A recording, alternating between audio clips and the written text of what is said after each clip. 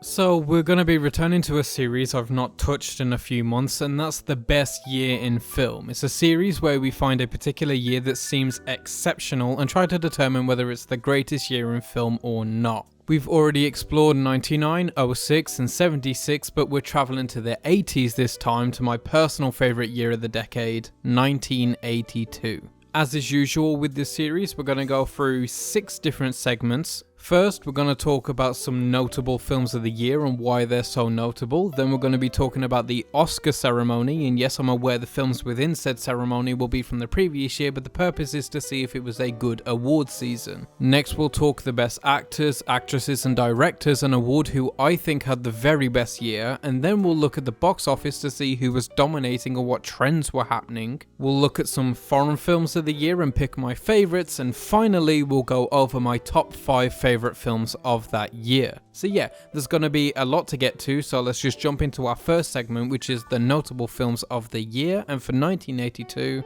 I'm going to go with Blade Runner, E.T., The Thing, First Blood, and Star Trek II: Wrath of Khan. Now, Blade Runner is Ridley Scott's third film, which is scarily impressive. And though not overtly loved at the time, it's proved him to be a filmmaker to be reckoned with. He at this point is 3 for 3, and on this third attempt he created probably the most significant sci-fi movie of the 80s. Of which, by the way, there were many. It's a film that hasn't aged nearly as grossly as it should have, and it's perfect with its philosophy on human nature and emotion. It begs us to ask the questions of human consciousness, identity and morality. And though the film has quite the legacy now, it was an initial flop and throughout the years has had multiple cuts and versions, but the final cut is definitely the best. And it's gained a huge following and so much respect over the years. It revolutionized sci-fi, and for that I'd say it's pretty notable.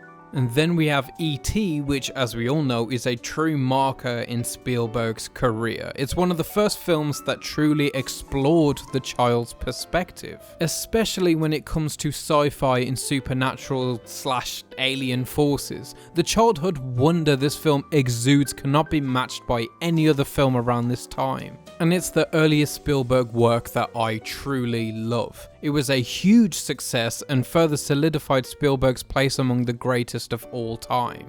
The Thing, however, was not quite as successful. In fact, it was commercially a flop and critically panned, but nowadays it's hailed as one of the greatest movies of all time, especially for horror and sci-fi. Halloween may have been John Carpenter's first masterpiece, but The Thing is generally seen as the horror master's best, at least in my eyes. It's significant for its use of practical effects and creating an experience so distinct and specific that no other film has even come close to replicating it. And now if I said the name Sylvester Stallone to you, some of the first things that would come to mind probably would be action movie icon. But early in Sly's career, he was basically nobody until Rocky. Then he became Rocky 3 times over, really cementing his legacy in that character, but then out of nowhere he did First Blood. The first Rambo film, and seemingly overnight Sylvester became an action star that could reliably top the box office. It's hard to break out of being attached to a character as significant as Rocky, and not only did Stallone manage to separate himself from that, he managed to carve another character just as relevant and popular in pop culture. First Blood is a pillar of 80s action and was proof of Stallone's capabilities in leading a true action film and franchise. And finally, Star Trek II: The Wrath of Khan, a film that was so good that it kept Star Trek alive for decades to come despite the ever-declining quality of the following content. But regardless, this film single-handedly saved the entire IP of Star Trek. After the TV series was cancelled in the late 60s and the first attempt to reboot it with a movie flopped in the late 70s, Wrath of Khan was greenlit with a significantly lower budget and no hopes of a future, but man, it just exceeded all expectations quality-wise and monetarily. It was so successful with critics and audiences that Star Trek became a notable sci-fi franchise once again, whilst also serving as a perfect jumping on point for new fans. So as you can see from just these 5, 1982 had a lot of notable bangers swinging for the fences, even if they weren't also appreciated at the time. So let's talk about what was appreciated at the time as we look at this year's Oscar ceremony and see if the award season was particularly fair or eventful. And well, as far as eventful goes, not really. It was a fairly pleasant ceremony with little controversies and upsets, but I'll just go over some of the more notable Oscars and say who I think should have won and if they didn't. Starting with, of course, Best Picture, which went to Chariots of Fire, which I suppose is a fine winner, but when put against Reds and Raiders of the Lost Ark, I'm not so sure. Personally, I'd have given it to either of those. I mean, even On Golden Pond and Atlantic City are probably more deserving wins, so to see what is in my opinion the weakest nominee win is a bit of a bummer, but it isn't a bad choice for Best Picture anyway. It's just a competitive year. However, Warren Beatty won Best Director for Reds, which I think is massively deserved. Again, it would be between him and Spielberg, but Beatty is a perfect winner. No upset there at all. Reds is fantastic. Also good choices was Henry Fonda for Best Actor and Katharine Hepburn for Best Actress. Both very fine and deserving winners. The rest of the ceremony was quite ordinary and nothing to shout about, although I think Mephisto winning Best Foreign Film over Japan's Muddy River is a bit controversial. Mephisto is for sure brilliant, but Muddy River would very easily be my pick. So yeah, the Oscars weren't anything exceptional this year, and the Best Picture winner not being anything of real note is a bit sad, but at least An American Werewolf in London won Best Makeup against basically no one, so that's nice, I suppose. Next up, we're going to talk about some actors, actresses and directors who had particularly good years in '82, starting with the ladies, of course. Now, this year was particularly strong for female roles, but there was definitely some standouts like Meryl Streep in Sophie's Choice, who would go on to win the Oscar for her performance the following year, or the Queen Jessica Lange in Frances, or Sissy Spacek in Missing, Heather O'Rourke in Poltergeist, Talia Shire gives her best performance as Adrian in Rocky 3, and even Jennifer Jason Leigh in Fast Times at Ridgemont High, but overall, I'm going to give the year to Drew Barrymore. Now, aside from her being a filthy little scab in the modern day, in 1982, at just 7 years old, this little lady captured the hearts of millions in a beautifully sincere and captivating performance in E.T. One of the all-time great child performances, and though she's not the lead or the main attraction of the film, she's the one that leaves the lasting impression. For the men, of course, there are many great picks like Harrison Ford for Blade Runner, Kurt Russell and Keith David for The Thing, Robert De Niro for The King of Comedy, Richard Gere in An Officer and a Gentleman, Dustin Hoffman in Tootsie, Ben Kingsley in Gandhi, Paul Newman in The Verdict, but I'm gonna give the year ultimately to Sylvester Stallone for his aforementioned breakout action role in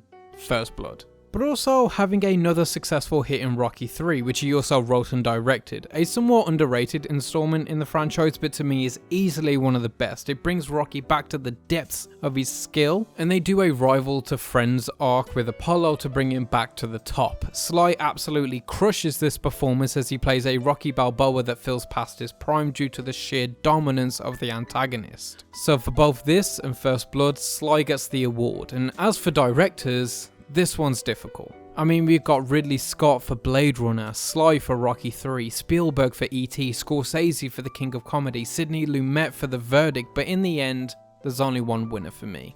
John Carpenter for The Thing. For all the reasons I already explored. The directing of this film is just so specific and cold. There truly is not a single experience like it. There is no greater isolation than Antarctica, and to remake an already classic film and make it so great people forget there's even an original is truly a testament to great filmmaking. And now let's look at the box office to see who was topping it and what was trending, and to the surprise of absolutely nobody, we have E.T. taking the #1 spot, making around $314 million, which adjusted for inflation would actually have grossed over $1 billion, which is absolutely insane to think about considering out of all the 53 films that have ever officially been $1 billion grossed, of course not adjusting for inflation, only 3 of them are not part of a pre-existing franchise or IP. E.T. is actually, when considering inflation, the 7th highest grossing film of all time worldwide.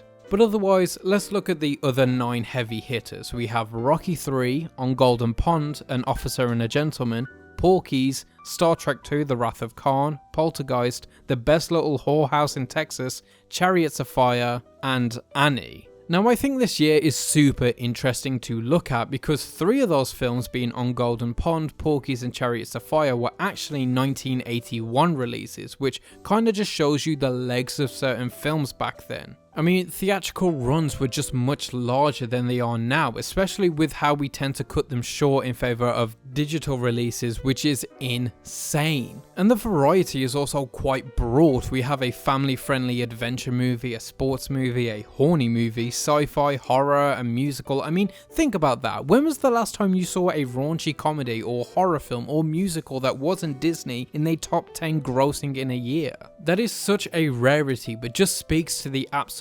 diversity of film releases back then and what audiences were willing to go and see. And do I think this is a solid top 10 of the year? I mean, yeah, absolutely. Though I think Annie is a bit grating personally and Porky's being top 10 is weird. All of those films in general are very decent films for what they're trying to do and worthy of their attention.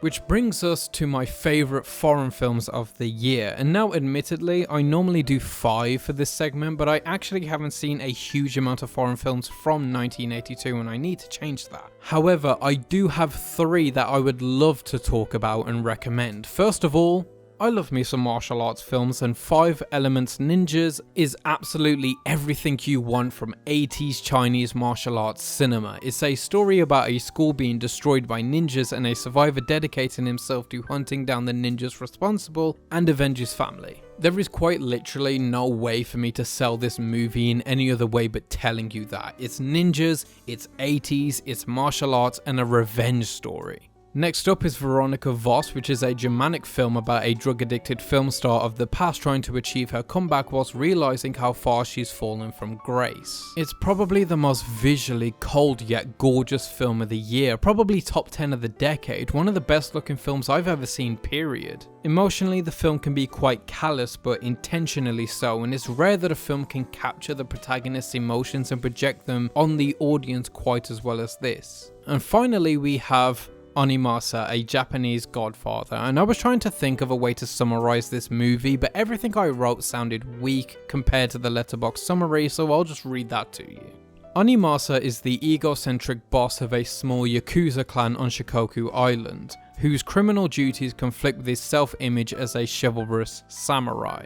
His struggles with his boss, the Shikoku Godfather, and the tumultuous life of his adopted daughter Matsu form the backdrop of this epic tale of justice, obedience, and bloody revenge.